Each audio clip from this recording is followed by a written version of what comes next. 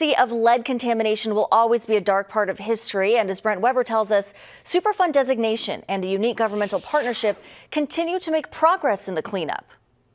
Lead kills, and for 125 years across 27 square miles, it made its way into Omaha's water, air, and ground, and into the bodies of our children. Tracking of our childhood blood lead levels really tells the story. I mean, before this work started back in the late 90s, we had about 36% of the children testing high for lead in their blood in the focus area.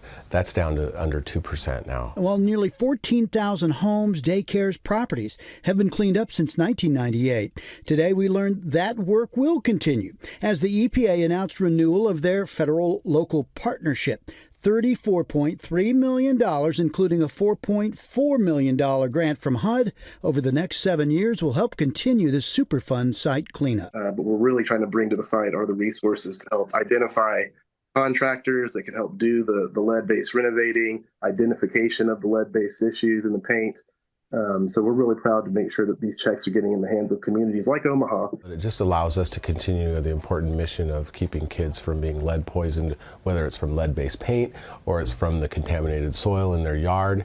We're able to take a look at a property holistically and look inside and outside the house that we may not have been able to do otherwise. 562 more properties are identified as dangerous. Some 160 homes still haven't been sampled. Each of those costs about $20,000 to restore and reverse environmental damage, but cost the property owners nothing.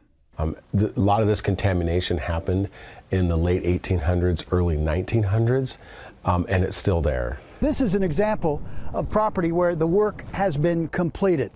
The problem is, they've been unable to convince many homeowners in the South Omaha area that this work needs to be done. A lot of our focus areas in South Omaha, so there could be a cultural language barrier too that we deal with, but we do have some bilingual staff that has had success too with knocking on some of those doors. With the new funding, some sites tested earlier in the process may also be resampled using updated technology. On your side in Omaha, Brent Weber, 6 News. Hard to believe that contamination has lasted this long. Thank you, Brent. Now, anyone can check the Omaha Lead Registry to see if their property in the Superfund area still does need to be checked. We also have a link on our website for you, WOWT.com.